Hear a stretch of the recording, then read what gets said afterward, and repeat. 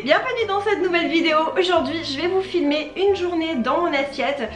Donc aujourd'hui c'est mercredi, j'ai les enfants avec moi à midi.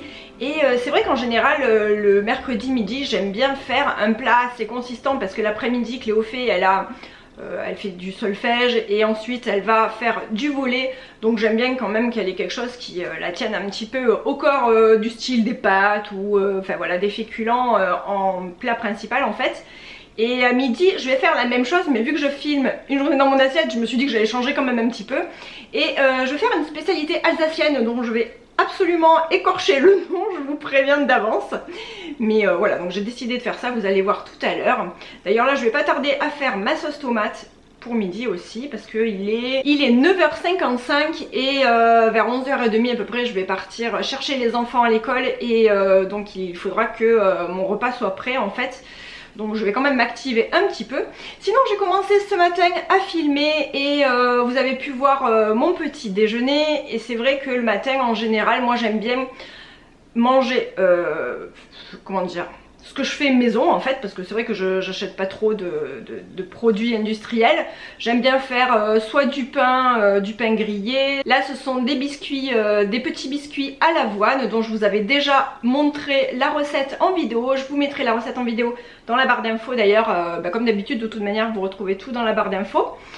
Et voilà, donc c'est vrai que le matin en général j'aime bien soit des biscuits à l'avoine, soit du carrot cake. Donc je fais mon propre carrot cake version vraiment très light hein, comparé au carrot cake américain. Ça n'a rien à voir, il n'y a pas du tout de glaçage, c'est pas sucré. Enfin, il y a vraiment, pour un cake entier il y a à peu près 50 grammes de sucre. Donc c'est vrai que c'est pas vraiment sucré pour le matin. J'aime pas trop quand c'est vraiment trop sucré aussi. Même si le matin je préfère manger sucré quand même en règle générale. Et voilà, bah sinon je varie entre du pain grillé, du pain demi-grillé, avec du beurre, parfois de la confiture, parfois non. Plus souvent sans confiture d'ailleurs, c'est vrai. Ensuite, sinon parfois ça peut m'arriver aussi de prendre un yaourt avec du muesli par-dessus. C'est vrai que ça j'aime bien aussi. Mais voilà, donc ce matin j'ai mangé juste mon bol de ricoré avec du lait. Donc moi je coupe en général mon bol de lait avec de l'eau. Je mets un petit peu de lait, je remplis beaucoup d'eau. Ensuite je mets 2 ou 3 cuillères de ricoré, ça dépend. Et puis je l'aime bien le faire bien chaud. Et ensuite voilà, je prends ou des biscuits ou du pain ou du gâteau. Enfin voilà, des petites choses que je fais pour le matin en général. Pour midi je vais bientôt commencer à faire ma sauce tomate. Je vais faire ma sauce tomate habituelle que je vous ai aussi déjà présentée dans une vidéo dont je vous le mettrai également. C'est très simple hein, c'est juste à base de coulis de tomates, de concentré de tomates, des oignons, de l'ail. Et voilà, on va faire revenir ça, enfin, moi je fais ça au Thermomix. Après voilà, on peut le faire à la casserole ou au Thermomix. Le Thermomix c'est l'avantage que ça touille tout seul et j'ai pas besoin de remuer et de rester à côté. Donc ça c'est bien. Ensuite je vais rajouter à la fin du basilic. Donc j'ai mon basilic qui est surgelé, qui est dans mon congélateur, que j'avais coupé directement du jardin cet été. Et il m'en reste quand même pas mal dans le congèle, donc ça c'est plutôt cool. Et puis voilà, donc je vais faire une recette que j'ai trouvée en fait dans un vieux livre de cuisine qui appartenait à ma mère ou à ma grand-mère. Alors je sais plus si celui-ci est à ma mère ou à ma grand-mère. Je pense que c'est un livre que pas mal d'entre vous doivent connaître. Alors il est tout crade et tout hein. Franchement il y a du vécu dans ce bouquin. Et pour midi j'ai décidé donc de faire cette recette ici. Donc alors il y a marqué nefle, mais je pense que ça se prononce peut-être neufle ou je sais pas, quelque chose comme ça. Bon, excusez ma prononciation. En fait pour 4 personnes il faut 2 œufs, un verre de lait froid, 100 g de farine, du sel, 50 g de beurre. Après peut-être que je vais arranger un petit peu la recette, ça me semble un petit peu comment dire, un petit peu juste 100 g de farine pour juste 4 personnes. Donc je vais voir, je vais peut-être faire au pif, hein, vous allez voir de toute manière. Voilà, donc ça va être des sortes de pâtes, c'est des pâtes en fait. On va faire une pâte qu'on va mettre directement dans de l'eau bouillante. Et lorsque ça remonte à la surface, un petit peu comme des gnocchis. Des gnocchis, pourquoi je dis des gnocchis, je ne sais pas, un peu comme des gnocchis. Lorsque ça remonte à la surface, on va pouvoir les enlever et les mettre dans de l'eau froide avant de les accommoder ensuite, soit à la poêle, griller un petit peu à la poêle, soit avec une sauce à la crème, soit avec de la sauce tomate. Moi en l'occurrence aujourd'hui ce sera de la sauce tomate, voilà. Et puis sinon je vous montrerai également ce que je vais faire pour le goûter et aussi pour mon repas du soir. Mais voilà, moi j'ai assez parlé maintenant, il est temps que je m'y mette, sinon je vais être à la bourre pour midi. Donc c'est parti, on y va. Je vais commencer ma sauce tomate. Alors pour ça je vais prendre 2 oignons, j'ai pris plusieurs gousses d'ail. Alors là vraiment c'est... le secret de cette sauce tomate, c'est vraiment de mettre beaucoup d'ail. Franchement, c'est ce qui donne vraiment un bon goût. Ensuite, je vais prendre du concentré de tomate. Donc, je vais mettre ce concentré, la boîte entière de concentré de tomate et le même volume d'eau. Ensuite, je vais prendre une boîte de purée de tomates. Je vais prendre également une cuillère à café ou 2 cuillères à café de sucre, ça dépend. Il faudra que je goûte en fait pour voir, pour rectifier l'acidité des tomates. Un petit peu de sel et comme je vous disais tout à l'heure, le basilic mais qui se trouve dans mon congélateur puisque je le sortirai au dernier moment juste pour mixer la sauce tomate lorsqu'elle sera cuite. Dans un premier temps je vais couper mes oignons, je vais les couper en 4 et les mixer à vitesse 2 ou 3 au Thermomix vite fait, histoire que qu'ils s'émince tout seul en fait dans le Thermomix, puisque de toute manière ça n'a pas trop d'importance. Après la sauce elle sera mixée. Ah oui, et là j'ai pas sorti également de l'huile d'olive puisque je vais faire rissoler les oignons dans l'huile d'olive dès que j'aurai terminé là.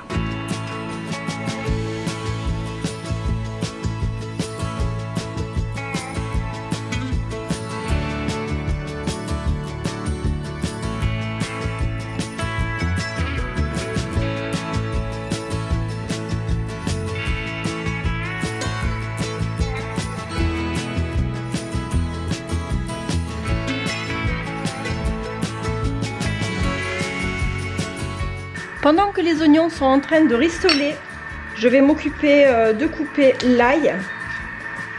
Et je rajouterai l'ail au bout de 5 ou 6 minutes.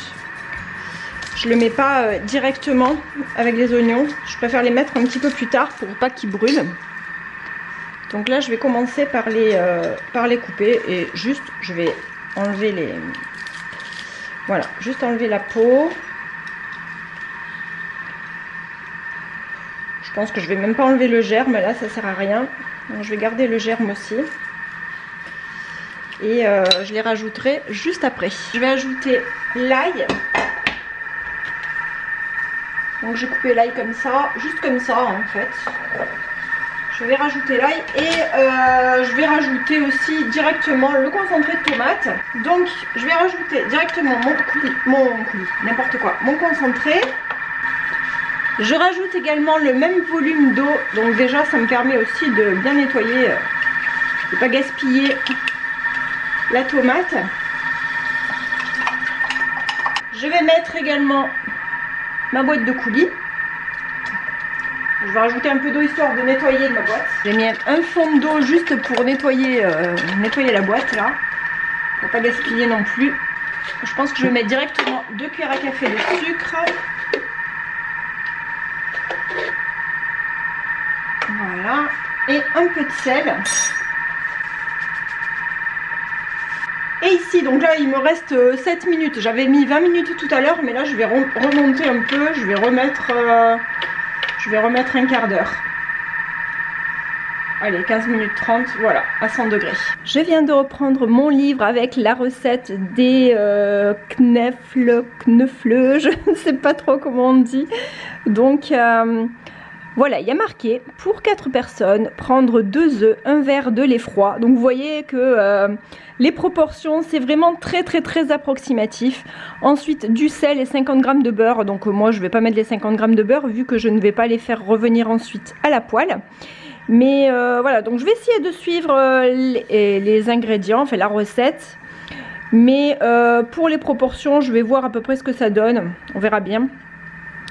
Voilà, mais c'est vrai que c'est ce genre de recettes que j'aime bien faire, des recettes qui sont faciles, avec peu d'ingrédients, surtout des ingrédients que tout le monde a dans son frigo en général, hein, pour avoir de la farine, du lait, des œufs, c'est exactement comme si on faisait une pâte à crêpes hein, finalement.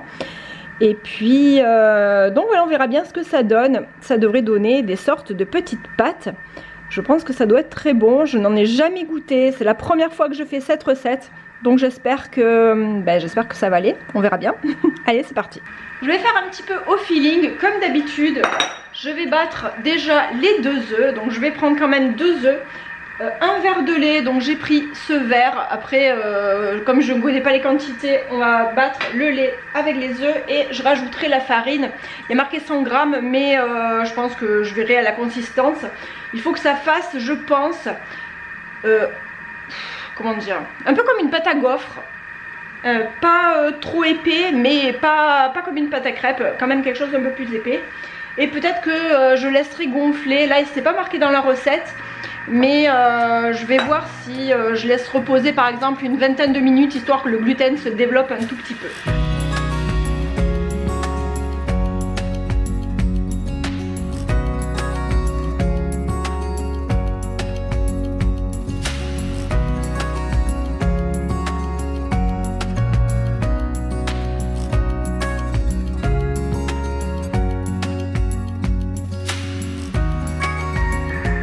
J'ai pesé quand même 100 grammes pour voir ce que ça faisait. 100 grammes de farine. Je vais ajouter petit à petit la farine. Et on verra si j'en rajoute encore un peu plus ou pas.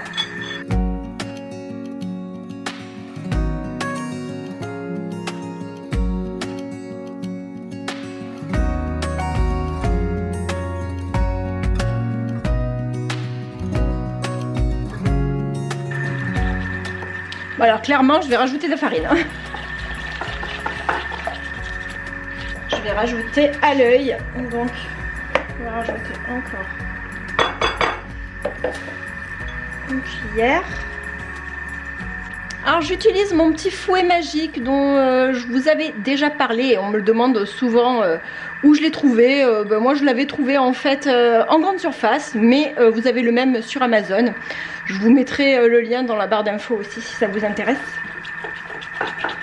Je vais peut-être en mettre encore un tout petit peu. Je ne sais pas trop la consistance que ça doit avoir, mais je pense que il faut une consistance un petit peu épaisse. Voilà, je pense que c'est la bonne consistance, on verra bien. Je vais laisser comme ça reposer une vingtaine de minutes avant de faire cuire, de faire bouillir mon eau et ensuite de faire cuire les petites pâtes. Pendant que la pâte est en train de reposer, je suis allée chercher mon basilic dans mon congélateur. Donc vous voyez ce qu'il me reste. En fait, je croyais que j'en avais plus que ça, mais il me reste que ça. Bon, en fait, je vais tout mettre. Je pense que là, je vais tout mettre. Il faut que ça ait un bon goût de basilic. La sauce tomate, voilà, il faut que ce soit bien parfumé. Et il vaut mieux le mettre vraiment au dernier moment en mixant directement plutôt que de le mettre avant, puisque sinon ça va complètement, comment dire, le goût va être altéré en fait du basilic. Il vaut mieux garder son goût directement accru. Donc je vais les mettre dans la sauce tomate qui a terminé de cuire. Adieu mon basilic de l'été, j'en ai plus. Oh là là, vivement que ça repousse. Parce que ça c'est quand même hyper pratique d'avoir le basilic tout le temps dans le frigo. Dans le frigo, dans le congélateur. Donc une fois que j'ai mis mon basilic, je vais mixer vitesse 6-7 pendant une dizaine de secondes.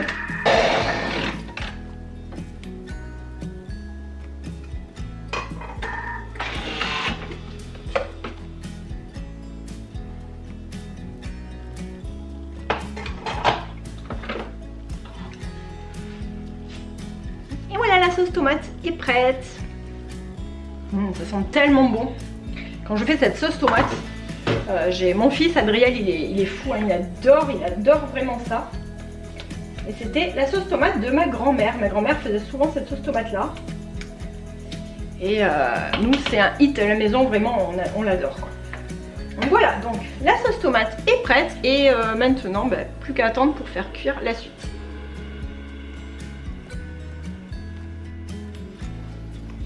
Une vingtaine de minutes s'est écoulée, je vais pouvoir faire maintenant la cuisson de mes petites pâtes. J'ai pris une cuillère à café, j'ai fait bouillir mon eau. Alors j'espère que je vais bien le faire parce que c'est vraiment la première fois que je le fais. Et on va mettre des petits des petites bouts de pâte en fait dedans.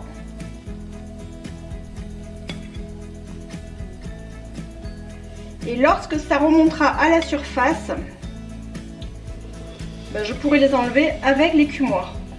J'ai préparé ici juste à côté un saladier avec de l'eau froide pour pouvoir directement les poser à l'intérieur une fois que ce sera cuit.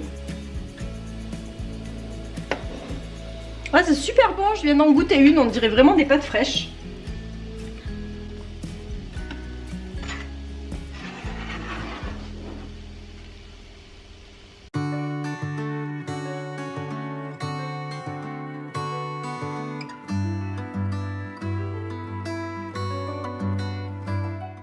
Le résultat n'était pas ce que j'attendais au niveau visuel, par contre c'était vraiment très bon, mais comme le visuel m'a un peu chagriné, alors le lendemain, vous allez rigoler, mais le lendemain j'ai décidé de tester à nouveau en mettant plus de farine pour que les pâtes se tiennent mieux.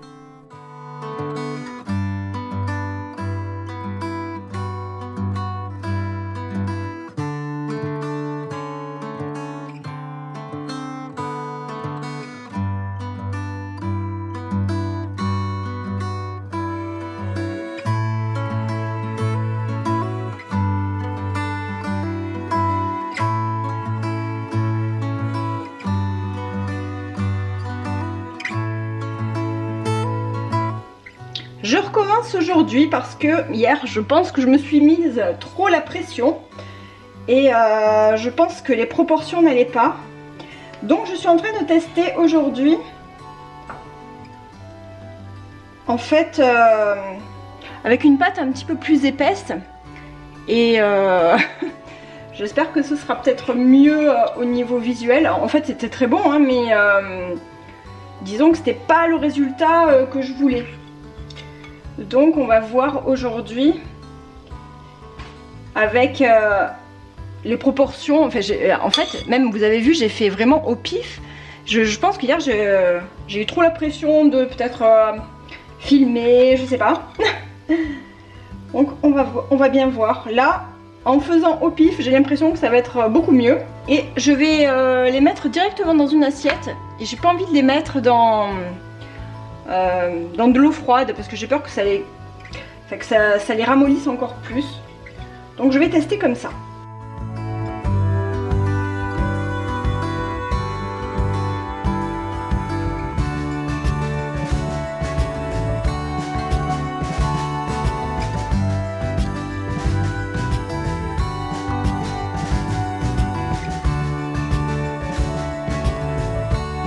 Voilà mon assiette qui est quand même un petit peu plus appétissante que celle que vous avez vue hier. Et donc là, j'ai pas mis de fromage encore.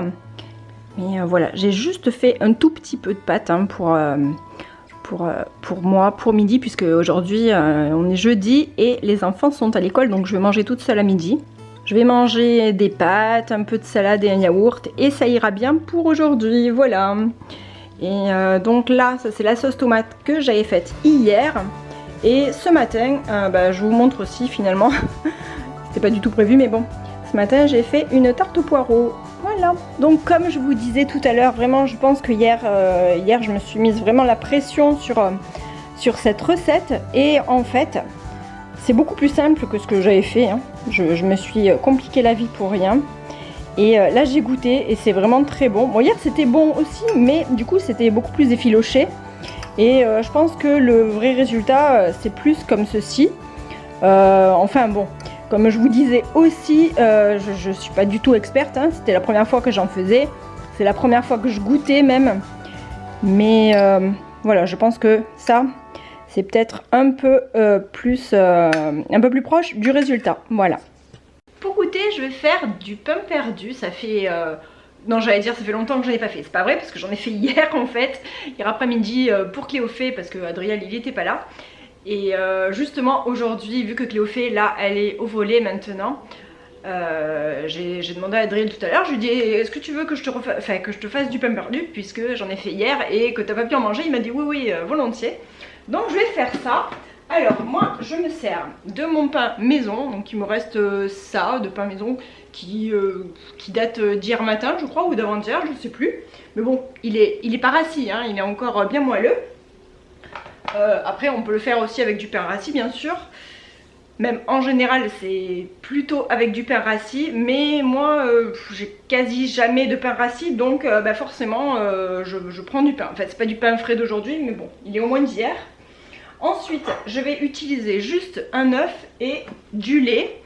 Et je vais prendre aussi un petit peu de sucre. Et bon, moi j'utilise du sucre vanillé qui est dans un pot à confiture. Ce sont de vieilles gousses de vanille que je garde à l'intérieur. Une fois que je les ai utilisées pour la cuisine, je les mets dans ce pot. Et au fur et à mesure, bah, ça fait du sucre vanillé. Je rajoute du sucre à chaque fois. Et ça sent vraiment très bon. Donc je fais juste mon sucre vanillé comme ça à chaque fois. Mais bon, je vous l'ai déjà montré plein de fois sur la chaîne. Alors je vais juste battre un œuf avec du lait. Et ensuite je vais rajouter le sucre vanillé. Et je vais faire macérer légèrement le pain, des petits morceaux de pain, avant de les faire dorer dans une poêle avec du beurre. Alors moi je prends du beurre parce que j'aime bien avec le sucre, ça donne un petit côté caramélisé qui est super bon.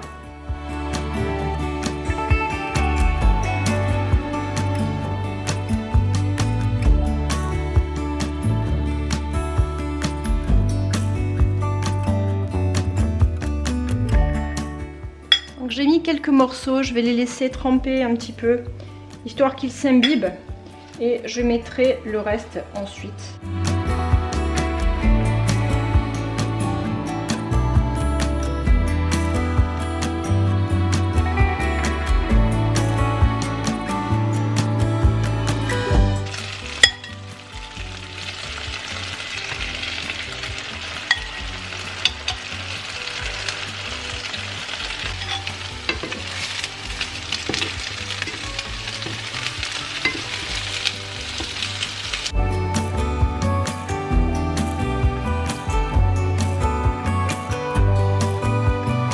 Et voilà, ça fait une assiette de pain perdu, c'est délicieux, je viens d'en goûter un petit bout. Et ça faisait tellement longtemps que j'en avais pas fait, enfin j'en ai fait hier bien sûr, mais avant hier, j'en avais pas fait depuis hyper longtemps. Et en fait c'est vrai que j'y pense pas trop à faire du pain perdu, mais c'est tellement bon, j'adore. C'est vraiment trop bon, c'est un petit goût de beignet. J'ai rajouté juste un petit peu de sucre vanillé sur le dessus. Bon, moi je vais en manger un ou deux et puis... le reste, ce sera pour Adriel. Pour ce soir, je vais m'avancer. Je vais préparer une soupe de légumes. Donc j'ai sorti du céleri, du céleri branche que j'avais dans le congélateur, que je prépare en fait à chaque fois et je garde par petites portions au congélateur et je m'en sers à chaque fois lorsque je fais ma soupe. Ensuite, j'ai un poireau qui commence à s'abîmer ici, donc il est temps de m'en servir, donc je vais l'utiliser. C'est juste du blanc de poireau. Et ensuite j'ai pris 4 carottes et 4 mini pommes de terre.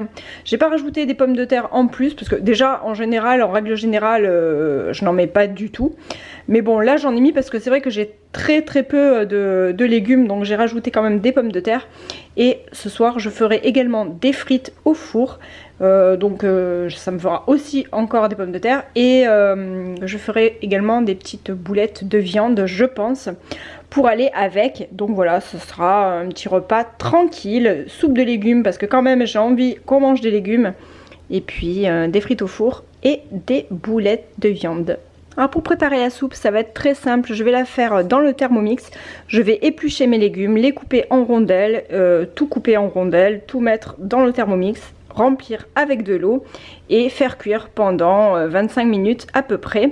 Voilà, le temps que la soupe elle cuise, et ensuite j'aurai plus qu'à la mixer avec un petit peu de beurre. Avant de préparer la viande, les boulettes de viande et les frites pour ce soir, je vais préparer de la mayonnaise maison que je vais faire avec 200 ml d'huile ici. Donc c'est un mélange de 4 huiles que vous voyez là. J'ai du sel, du poivre, un œuf et du vinaigre de vin. Et moi je vais faire ça très facilement au Thermomix. Après on peut prendre n'importe quel mixeur, on peut le faire aussi à la main. Mais moi j'aime bien au Thermomix, ça fonctionne très bien. Donc je vais commencer par mettre les ingrédients, enfin tous les ingrédients à l'intérieur du robot. Et ensuite ça va émulsionner directement et je vais verser l'huile petit à petit pour que la mayonnaise se fasse. Vous allez voir, c'est très très simple. Une fois que j'ai mis les ingrédients, je vais poser directement le couvercle comme ça et je vais tourner le robot à vitesse 4 pendant 2 minutes à peu près. Alors j'ai mis 2 minutes, mais autant c'est plus, autant c'est moins, j'en sais rien. On verra bien. Ça dépend en fait de la façon dont on verse l'huile. Donc je vais mettre à vitesse 4 et je vais verser l'huile directement sur le couvercle.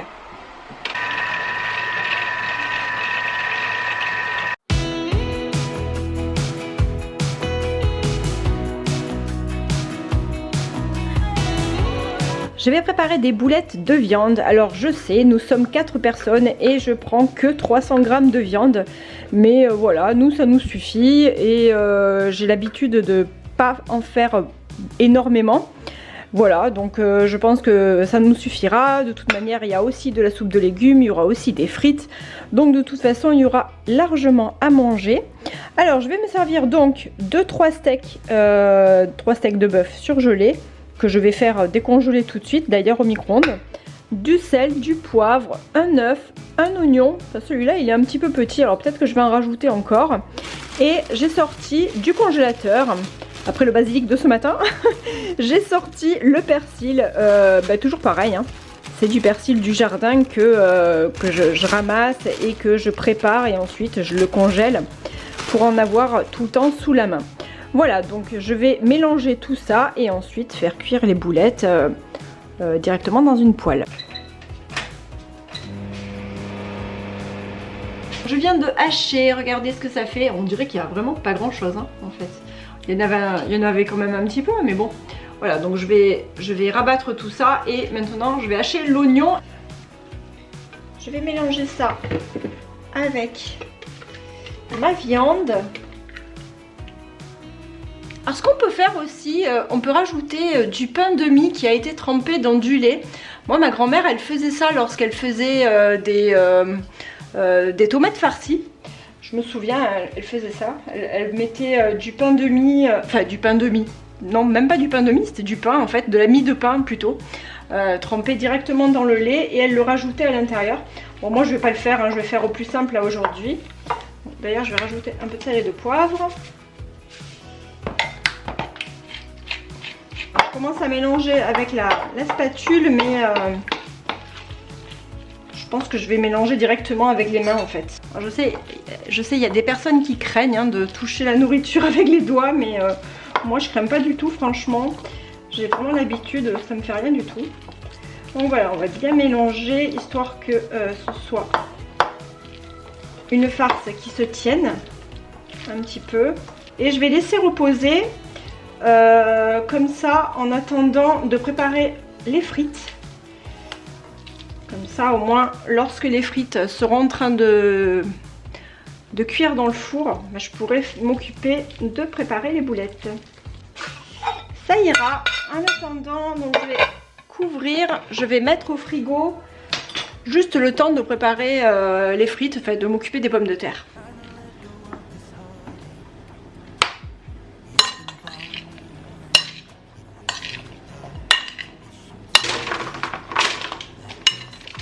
Je fais toujours mes frites de la même façon, un peu d'huile, je mélange bien et j'étale les frites sur mes lèches frites du four et je les fais cuire à peu près 45 minutes à 180 degrés, 180-190, donc dans mon four jusqu'à ce qu'elles soient bien rôties.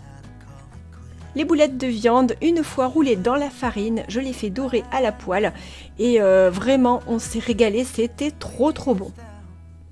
Without her, I'm in the dark.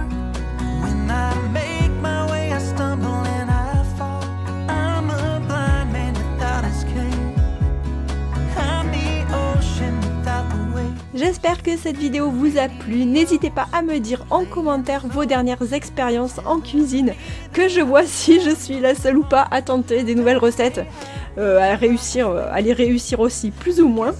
Je vous fais plein de gros bisous et je vous dis à bientôt pour une prochaine vidéo. Bye! I've always liked to